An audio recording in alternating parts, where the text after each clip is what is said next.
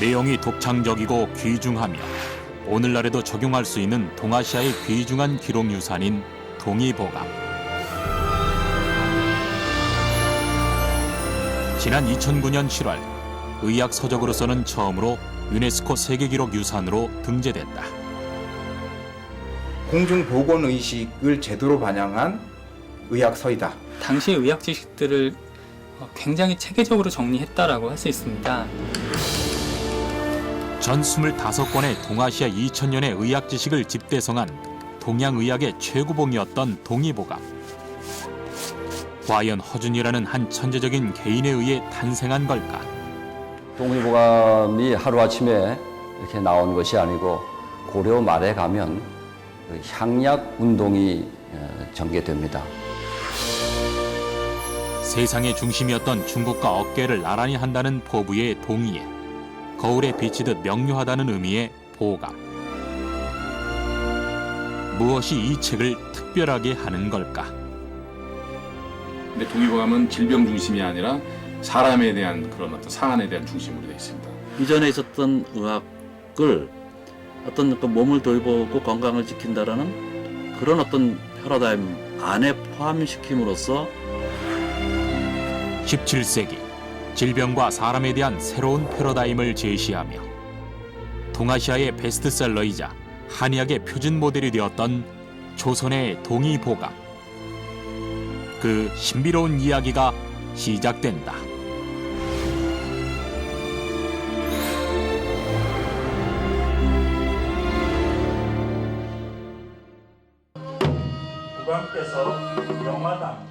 동의보감 탄생 400주년을 맞았던 지난 2013년 9월 허준이 완성된 동의보감을 광해군에게 바치는 진서의 의례 행사가 펼쳐졌다. 이는 의궤에 그려진 궁중 행사를 그대로 재현한 것으로 동의보감이 유네스코 세계기록 유산에 등재된 것을 기념하는 행사였다. 사람의 질병은 대개 조리와 섭생의 총 25권의 의서를 진서하자 임금은 동의보감이라는 책 이름을 하사하였다. 파란만장했던 14년의 작업 끝에 동의보감이 세상에 탄생한 순간이었다.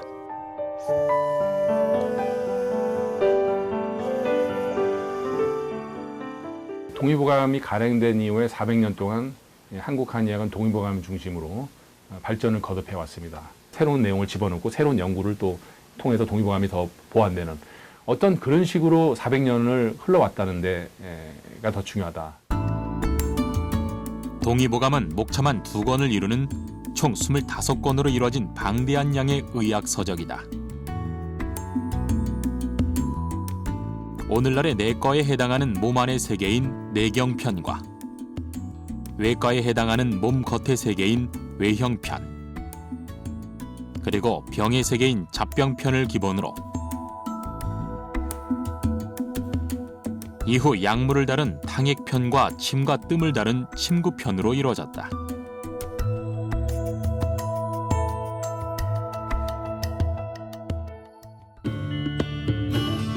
동의보감은 조선에서는 물론이고 동아시아, 특히 중국에서 여러 차례 간행됐다. 중국에서는 평년 10년에 한 번꼴로 25차례나 출간되었고 베트남 등지로 건너갔다. 또한 중국보다 그 횟수는 적었으나 일본에서도 간행되어 한의학의 표준 모델이 되었다. 먼저 가져간 쪽은 일본이었습니다. 1724년에 처음 교토에서 이 책을 찍어내고 중국은 그 1700년대 중반에 그 왕여준이라는 사람이 이것에 이제 설명을 처음 소개를 하지만 그때 책이 나와 있는 건 아니었고 1763년에 가서야 처음 이제 책이 이제 번각기라고 해서 그쪽에서 번역해서 이걸 찍어내죠. 공식 기록은 이제 4번이라고 됐지만 실제로는 이제 사적으로 찍어낸 책들이 많기 때문에 20여 가지 판본이 있습니다. 그래서 1700년대, 1800년대를 통틀어서 이제 가장 많이 번역되고 출간된 책으로 알려져 있고 동아시아 3국의 평가는 가히 놀라웠다. 정전은 고금의 의서를 통틀어 진실로 우리나라 쓰임새에 적합한 것으로 오직 양평군 허준의 동의보감에 견줄 것이 없다 했고 청나라 능언은 이 책은 황제도 이미 읽은 바 있으나 아직 보통 사람에게 보급되지 않았다. 천하의 보배는 마땅히 천하가 함께 나눠 가져야 한다. 기록했다. 일본에서는 도쿠가와 요시문의 쇼군의 명으로 동의보감이 발간. 고금의 중서를 손바닥에 잡힐 정도로 살폈으니 가히 의협의 가르침과 바로잡음이 도움되지 않겠는가 하였다. 바다와 같은 많은 처방과 의학이론 가운데서 아주 핵심들을 가려 뽑아 갖고서 체계적으로 엮은 그런 성격을 띱니다. 그러니까 동종에 경쟁하는 의사들이 있다면 아마 17세기에 나온 것으로서 제 생각에는 이해 견줄 만한 책은 중국에서도 나오지 않았습니다. 출간과 동시에 한중일 당대 최고의 의서로 평가받으며 독보적인 인기를 누렸던 동의보감. 무슨 이유로 최고의 의서로 평가받았던 것일까? 이 방대한 의학 서적은 어떻게 탄생할 수 있었을까?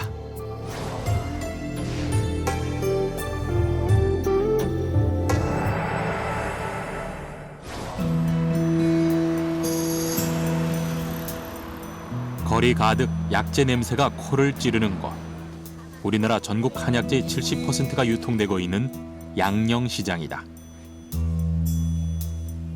이곳 한켠에는 약재 시장의 오랜 역사를 엿보게 하는 곳이 있는데 바로 보재원터이다. 보재원은 조선시대 의료기관이자 빈민구혈기관이었다.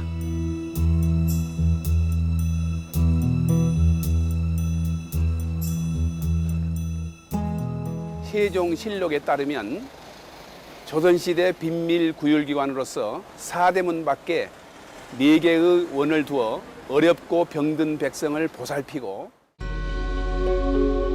세종은 동대문 밖에 보재원과 서쪽에 홍제원, 그리고 남쪽에 이태원과 남동쪽에 전관원을 두어 빈민을 치료하게 하였다.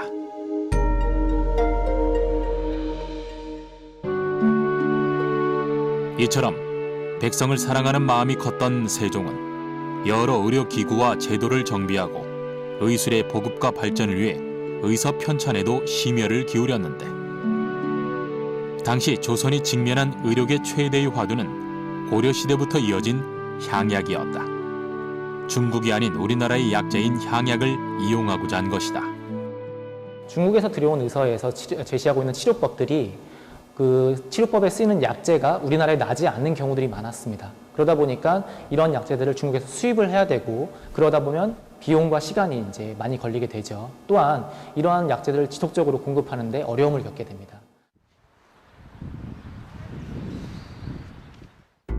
삼국시대부터 중국 의학계와 영향을 주고받으며 발전해온 우리나라 한의학은 우리나라 풍토에 맞는 의학을 만들어가는 노력의 역사였고, 그 성과가 세종 때 나타났다.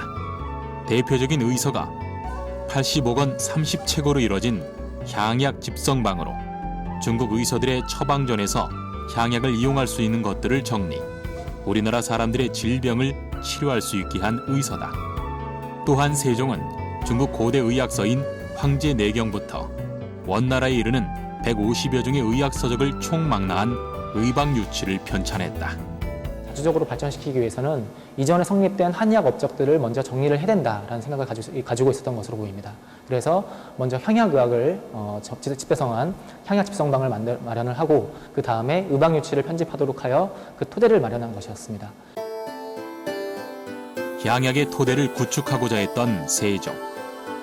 그런데 총 365권에 이르는 방대한 의학 백과사전인 의방유치에는 특이하게 서문이 없다. 의방유치에는 서문이 없습니다. 법례만 있어요. 서문이 없는 책은 굉장히 드물거든요. 유치, 그러니까 분류해서 모은다라는데, 분류해서 모았으면 그 다음에 뭐 할 건데? 가 이제 문제가 되는 거죠. 그러니까 아마도 추측컨대 세종이 생각했던 것은 저걸 다 모은 다음에 그 다음에 또 이제 뭔가 그 이상의 작업을 하려고 했던 것 같아요. 안타깝게도 세종 이후 정치적 경랑 속에서 집현전은 해체되었고, 자주적 의서는 동의보감이 나오기까지 기다려야 했다. 의방유치에서 못다한 작업, 그 답이 혹 동의보감에 있는 것은 아닐까? 동의보감은 허준을 빼놓고는 이야기할 수 없다. 허준은 드라마나 소설에서 그리듯 천부적인 재능을 지닌 의원이었지만 그 이전에 학자였다. 대학자라는 말이 따라다닐 정도로 평생을 거쳐 학문적인 성과를 정리하고 내놓는 일에 심혈을 기울였던 인물이다.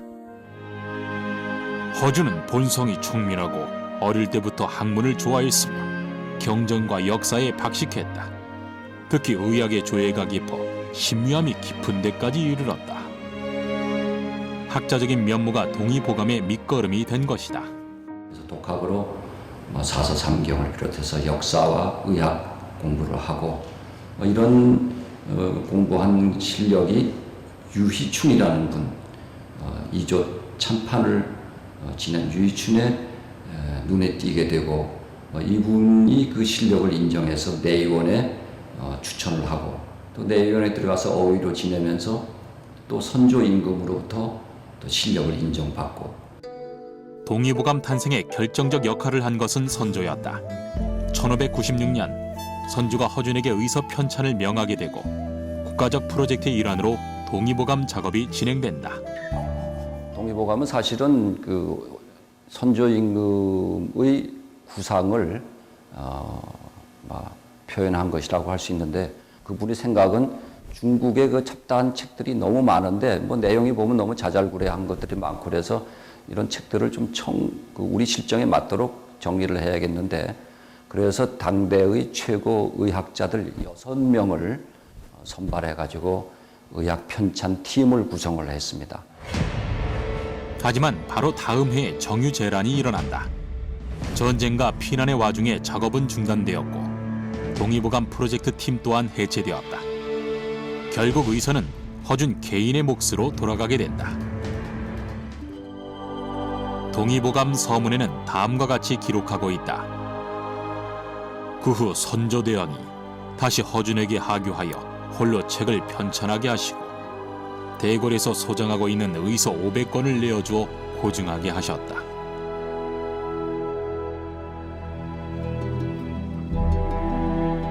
모든 의서를 내어줄 만큼 허준을 신뢰했지만 선조가 갑자기 세상을 뜨면서 동의보감은 또다시 난항을 겪게 된다. 불어닥친 당쟁의 피바람 속에 허준은 간신히 차명을 면하지만 어이로써 왕의 죽음의 책임을 물어 유배길에 오른 것이다. 하지만 유배지는 동의보감을 완성하는 최적의 조건이었다. 오직 지필에만 전념할 수 있었던 1년 8개월간의 유배 기간에 드디어 동의보감이 완성된 것이다. 이는 절반에 해당하는 분량으로 14년 만의 완성이었다. 그런데 선조는 왜 의서 편찬을 명한 것일까? 시기적으로 임진왜란이라는 우리 민족에게 아주 큰 시련을 겪은 그런 전쟁을 겪으면서 많은 사람들이 그 질병이라든가 또는 외상을 입거나 이런 것을 급하게 또 치료하는 그런 의술이 또 발전하게 되고 전란으로 인한 백성의 건강을 책임지고자 했던 선조. 동시에 당시는 훈구파와 살인파와의 대결이 종식되고 살인의 시대로 접어들며 학문적 꽃을 피우던 때였다.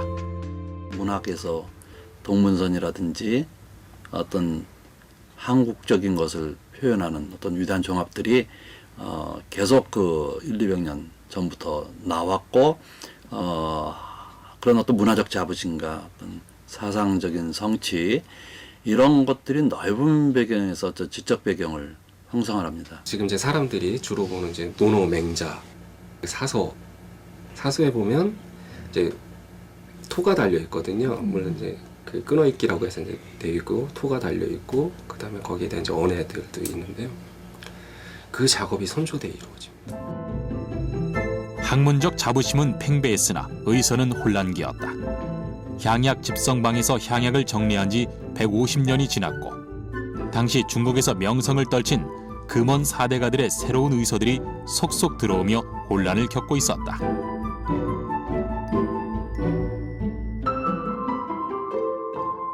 이는 퇴계의 서간문에서도 잘 나타난다. 의학적 지식이 탁월했던 이황이 친척을 치료하는 과정에서 고방과 신방이라는 단어를 언급하며 난처해 한 것을 볼 수 있다. 아마도 이제 조선 초무렵에 특히나 이제 향약집성방 같은 경우는 굉장히 많이 이제 널리 그 유포가 된 걸로 되어 있어서, 그리고 그냥 퇴계도 본 것 같기도 하고요.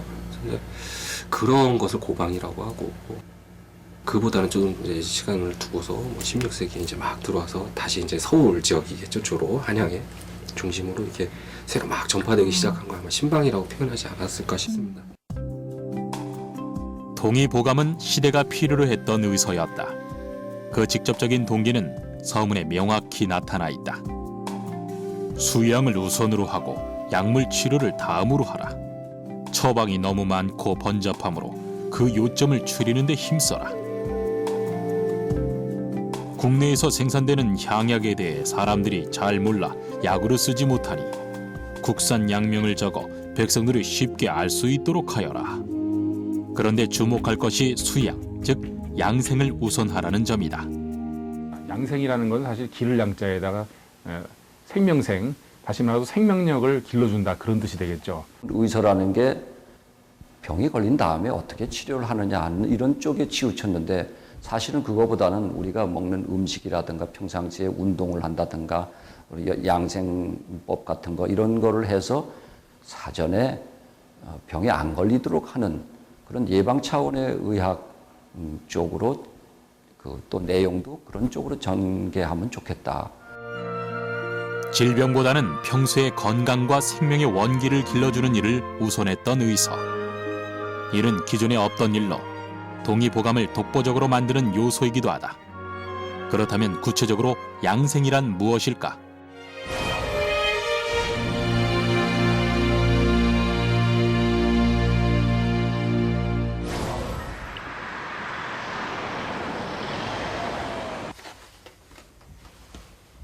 동의보감의 첫 장은 하나의 그림으로 시작된다. 동의보감의 제일 앞에 보시면 신영장부도라는 그림이 있습니다. 그래서 이 신영장부도라는 그림을 보시면 아시겠지만, 여기서 이 그림은 해부도가 아닙니다. 해부도가 아니라 인체의 모습을 이제 상징적인 어떤 그런 모습으로 그려놓고 있습니다. 측면으로 이루어진 신영장부도를 보면 기를 모으기 위해 중요한 부분인 배꼽과 아래의 단전을 부풀려서 표현했고, 척추 부분을 보면 맨 윗부분이 옥침관에서 중간에 녹노관과 아래의 미려관까지 3개의 관문이 이어진다. 이는 전기가 오가는 통로로 정신활동을 주관하는 뇌로 연결되어 있다.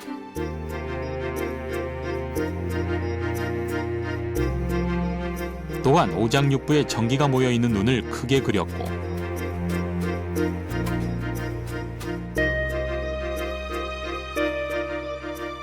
코를 이중으로 그려 벌렁거리는 상태를 표현했으며,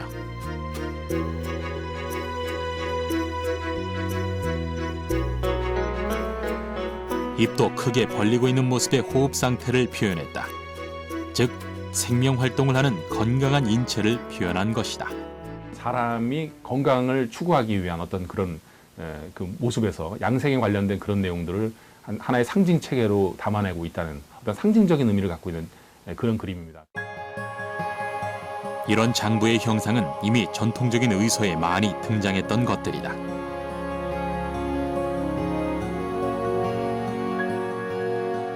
하지만 허준은 이 그림을 서두에 배치함으로써 동의보감이 질병과 치료가 아니라 건강한 신체를 위한 양생을 위주로 할 것임을 나타내었다.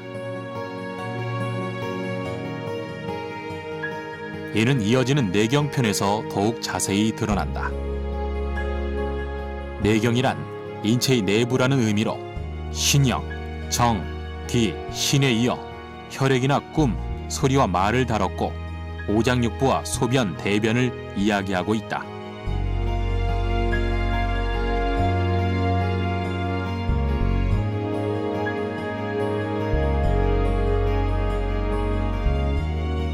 그중 가장 기초가 되는 것이 정, 기, 신으로 동의보감 전편의 의학론과 철학을 정리한 부분이다. 정이란 정액이나 진액과 같이 생명의 기초를 이루는 사람의 원기를 말하고, 기는 이 정을 온몸으로 돌아다니게 하는 에너지의 흐름이며, 신은 정과 기의 활동에 따라 드러나는 정신 활동을 의미한다. 우리가 건강한 육체 속에 건강한 정신이 있다고 말하지 않습니까? 바로 그 정신을 말하는 거죠. 그러니까 정신적인 작용. 그러니까 이 정, 기, 신 이 세 가지가 서로 고리처럼 연결되어 있어서 정이 기를 낳고 기가 신을 낳는다. 다시 말해서 그 세 가지가 이제 상호 작용을 한다. 이제 이런 측면에서 정기신을 이야기하고 있습니다. 이런 양생론은 이미 오래전부터 내려오던 개념이지만 동의보감에서 의학과 접목했다는 점에서 독창적이다. 도교의 철학적 기반을 둔 양생은 생명의 정기를 기르고 자연의 질서에 순응하며 몸과 마음을 다스리는 것이 최선이라고 한다. 생명의 원천인 정기신이 구체적으로 활동하는 무대는 오장육부로, 오장육부는 음양오행의 흐름 속에서 상생과 상극의 활동을 펼친다. 그 속에 질병이 생기기도 하고 치유의 방법도 있는 것이다. 나의 그 행동 고지나 일상생활을 맞추고 하는 것, 이것이 조선시대 성리학자들이 일상생활을 했던 양생의 방법이었던 겁니다. 이 음양오행은 그 중에 하나의 패턴 중에서 대표적인 패턴이었던 것이고요. 그리고 그것을 갖다가 동의와서도 받아들이게 되죠. 양생의 개념은 오늘날에도 유효하다. 김성수 박사는 지금도 동의보감을 참조해서 임상치료를 하고 있는데 최근 암치료에 동의보감 처방을 활용하고 있다. 동의보감에는 암이라고 돼 있지는 않지만 위암의 증상과 유사한 반위증이나 지금의 유방암과 똑같은 유암이 보인다. 종양에 대한 다양한 표현과 치료를 기록하고 있다. 병의 원인을 본다면 대부분 어떤 정서적인 부분, 스트레스를 많이 받아서 어떤 작은 혹 같은 게 생길 수 있어요. 그게 점점 커지면 딱딱한 암이 된다라고 표현을 해놨거든요. 병만 보지 말고 사람을 봐서 사람의 인체의 정기, 한약적인 정기는 지금의 면역력과 같은데 면역력을 강화하면 충분히 암은 덩어리된 종양은 제거될 수 있다, 이런 이론이 있어서 그 이론을 가지고 암에 접목해서 치료하고 있습니다. 실제 항암 치료를 거치며 면역력이 급격히 떨어진 다양한 암 환자를 대상으로 양생에 기초한 동의보감의 처방에 따라 치료했다. 그 결과 몇 개월 사이 종양이 없어지거나 크기가 줄어든 것을 볼 수 있었다. 동의보감에서는 독한 약을 쓰더라도 절반 정도 쓰고 계속 쓰면 사람이 죽을 수 있다. 딱 그 상황에 오셨던 거예요. 그래서 면역력을 강화하는 그런 처방과 산삼이 들어간 약도 썼고, 그 다음에 그 우리 몸의 조혈 기능을 강화하는 그런 약재들을 이용해서 처방을 했더니 혈소판 수치도 올라오고 고열이나 어떤 증상들도 가라앉고 특히 몸의 통증이라든지 이런 것들이 없어졌어요. 실제 많은 환자들이 항암 치료에 따른 부작용 치료에 큰 효과를 보았는데 구토나 탈모, 손발 저림 등이 크게 호전되었다.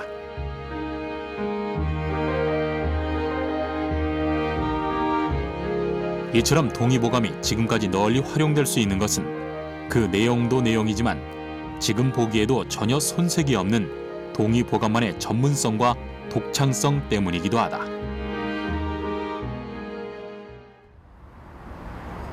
대전의 한의학연구소. 이곳에서는 동의보감에 등장하는 수많은 약초들을 한눈에 살펴볼 수 있다. 특히 국내에서만 채취가 가능한 약재들을 다루고 있는데 한약재의 70%를 이루는 식물약재, 즉 본초를 주로 살펴볼 수 있다. 동의보감 탕익편이라고 하는 이제 챕터에 보면은 약재가 한 1,400가지 정도의 약재가 수제가 되어 있는데요. 그 중에 이제 동물성도 있고, 뭐 곤충류도 있고, 또 이제 광물도 있고, 이제 대부분의 약재는 이제 식물성이기 때문에 저희 표본관에는 식물성 위주로 전시를 하고 있고요. 탕익편에는 우리나라에서 흔히 사용하던 천여 종의 약물에 대한 효능과 적용 증세, 제취법이나 가공 방법, 산지 등을 밝히고 있다. 동의보감이 나오기 전 기존의 본초학의 배열은 두 가지 형태로 약을 배열했다. 하나는 신농본 초경의 전통에 따른 것으로 옥석에서 시작해 초목, 충수 순으로 배열하는 것이고, 다른 하나는 탕액 본초로 초목에서부터 과일과 채소 순으로 배열한 것이었다. 그러나 허준의 탕액편은 전혀 달랐다. 가장 먼저 만물의 근본인 물이 나오고, 다음에는 만물을 기르는 토와 하늘과 땅 사이에서 사람이 기르는 곡식이 나오는 시기다. 양생의 시각으로 분류한 것이다. 뿐만 아니라 약물의 이름 밑에는 한자를 모르는 백성들을 위해 한자와 함께 민간에서 부르는 향명을 한글로 달아놓았다. 향약 637종의 쓰임새가 한글로 적혀 있다. 향약으로 우리가 활용할 수 있는 본초들이 어떤 것인지를 이제 표기에 두고, 또 그걸 이제 우리가 그 한글로 이제 이름을 병기하고, 그걸 통해서 이게 국산 약재라는 걸 표시했고, 또 수입 약재 같은 경우는 수입 약재라는 걸 따로 표시해서 이거는 우리가 수입에서 들어오는 약재다, 이런 것도 따로 표시함으로써 그런 걸 해결하려고 노력했습니다. 이런 자주성과 독창성은 비단 탕액편에만 한하는 것이 아니다. 동의보감에는 2천여 가지의 증상과 4천여 가지의 처방, 수백 가지 양생법과 침구법이 등장한다.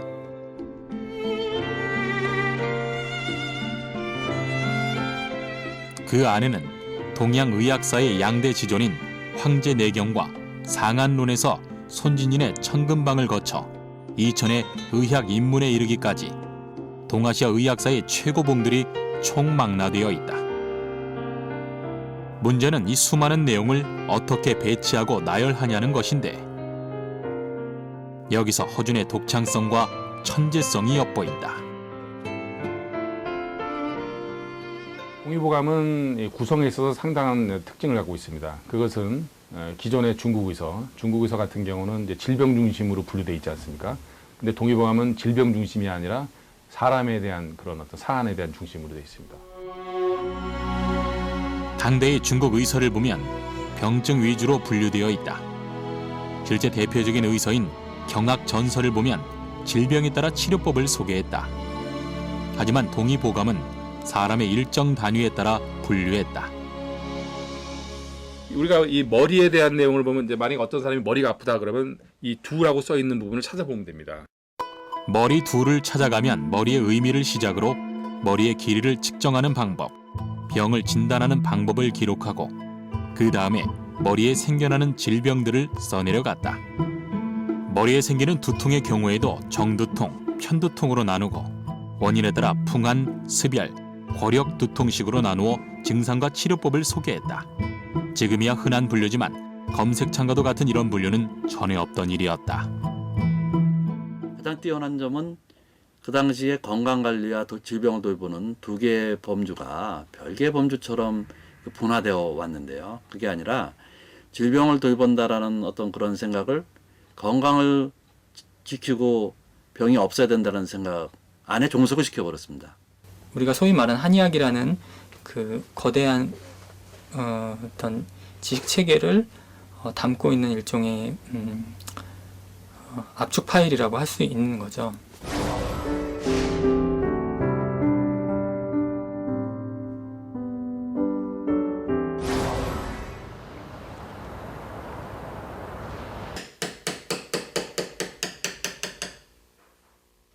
동의보감은 처음 목활자로 만들었으나 전하지 않고 이후 목판본으로 출간된 것이 전하고 있다.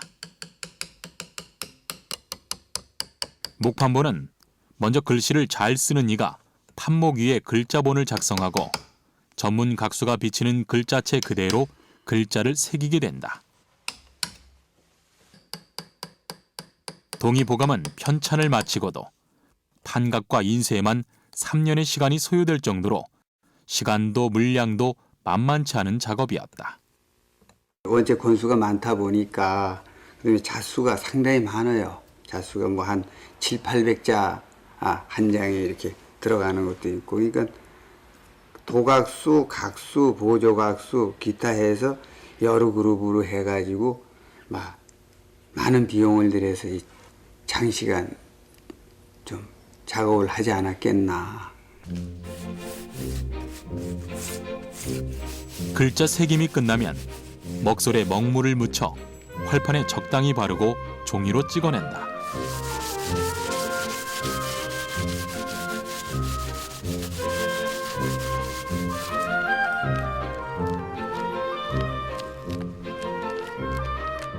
이후 본문을 하나하나 검토하여 잘못 새긴 것은 파내고 다시 작업한 후 보관을 한다.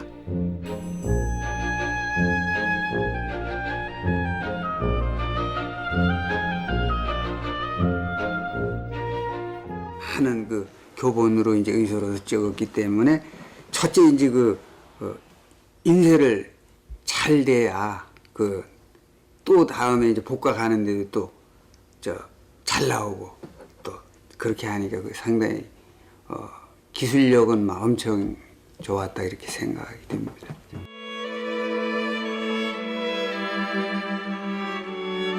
당시 동의보감이 전국이나 아시아로 보급될 수 있었던 데에는 이런 발달된 목판 인쇄 문화가 있었기 때문이기도 하다.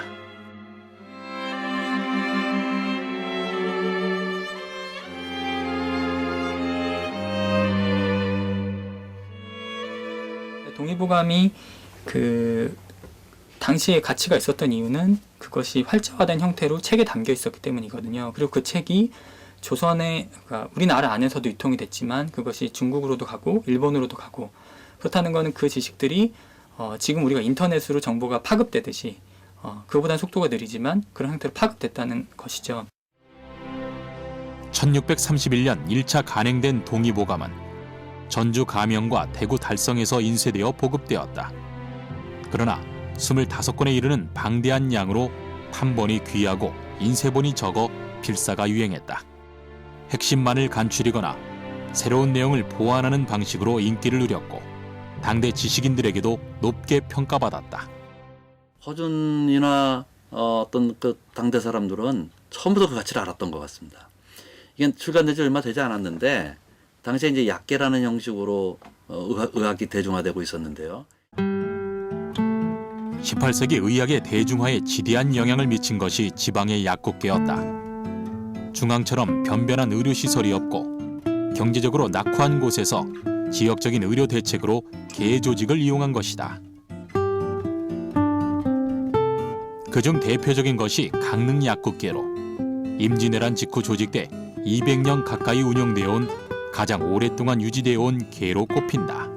계원들이 십시일반으로 자금을 모으고 관에서도 일부 자금을 지원을 하고 그 자본을 바탕으로 해서 약국을 설립을 해가지고 계원들은 물론 약국을 이용하고 일반인들도 약국을 이용해서 질병을 치료해 나가는 그런 역할을 담당하는 약국을 경영을 하는데, 약국계에는 다양한 의서들이 비치되었다. 지방에 어떤 약재가 나는지를 보여주는 향약 집성방이나 응급처치법을 담은 향약 구급방 등이 구비되었는데 주목할 것이 동의보감과 관련한 규정의 기록이다.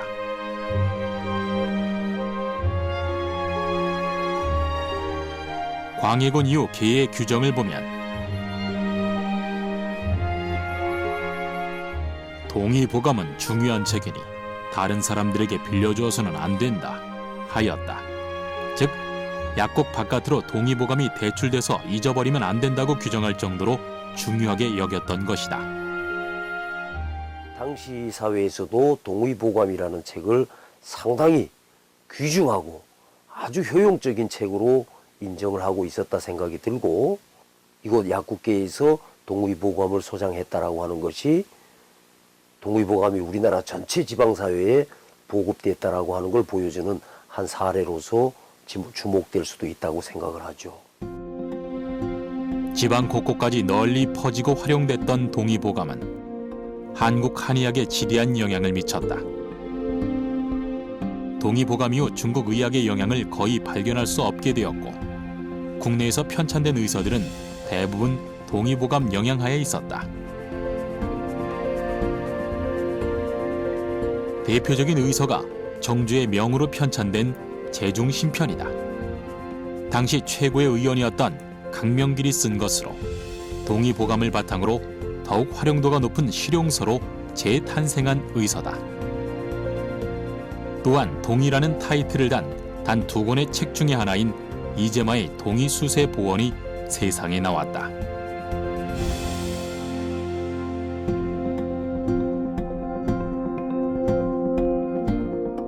인간의 기질과 성격에 따라 체질로 나누고 질병을 치료한다는 체질로는 동의보감이 있었기에 가능한 일이었다.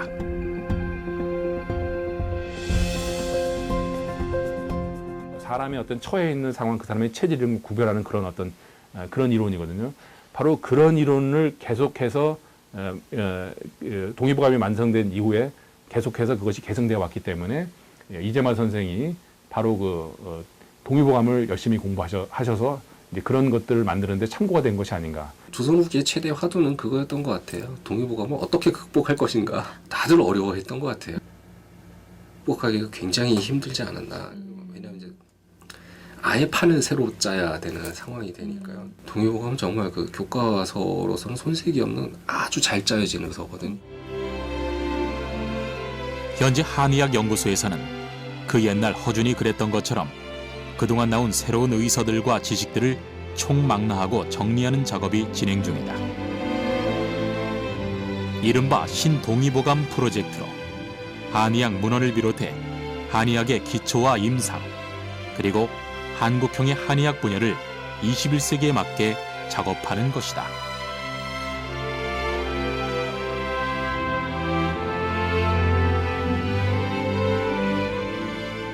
동의보감 이후에 나왔던 새로운 의학 지식을 증보하고 보충하는 부분이 되겠고요. 또한 기존에 있던 동의보감 자체를 해설해서 현대의 사람들이 이해하기 쉽고 활용하기 쉬운 형태로 번역, 해설하는 부분도 또한 포함되어 있습니다.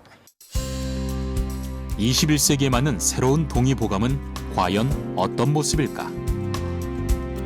지난해 400주년을 기념하며 동의보감이 영어로 간행된 것을 시작으로 현재 세계 각국의 언어로 번역되고 있다. 시공을 뛰어넘어 그 가치를 인정받고 있는 것은 동의보감이 단순한 의서 그 이상의 철학서이기 때문이다. 건강한 생명활동의 사람을 중심으로 생각하기에 치료보다 예방을 중요하게 여기고 신체와 정신의 조화를 추구하며 자연에 순응하는 것이 지금의 현대인에게 새삼 각광받는 것이다. 동의보감은 인본주의적인 어떤 생각을 하고 있는 겁니다. 그러니까 지금 우리가 현대인들이 인본주의를 중요하게 여기고 있잖아요. 그런 측면하고도 연결되고 동의보감은 뭐 앞으로도 그 미래지향적인 그런 측면에서 앞으로도 더욱 더 넓게 만들어지고 또 읽힐 수 있는 그런 우리 인류에게 큰 등불이 될 수 있는 그런 책이라고 생각이 됩니다. 거울에 비친 듯 명료하고 정확했던 동의보감은 백성의 건강을 책임지고자 했던 국가적인 의료 사업의 일환이었다. 이에 따라 허준은 17세기 동아시아의 방대한 지성을 집대성하고 향약이라는 시대적 과제를 해결함으로써 18세기 의학의 대중화를 열었고 동의보감과 그의 명성은 시작되었다.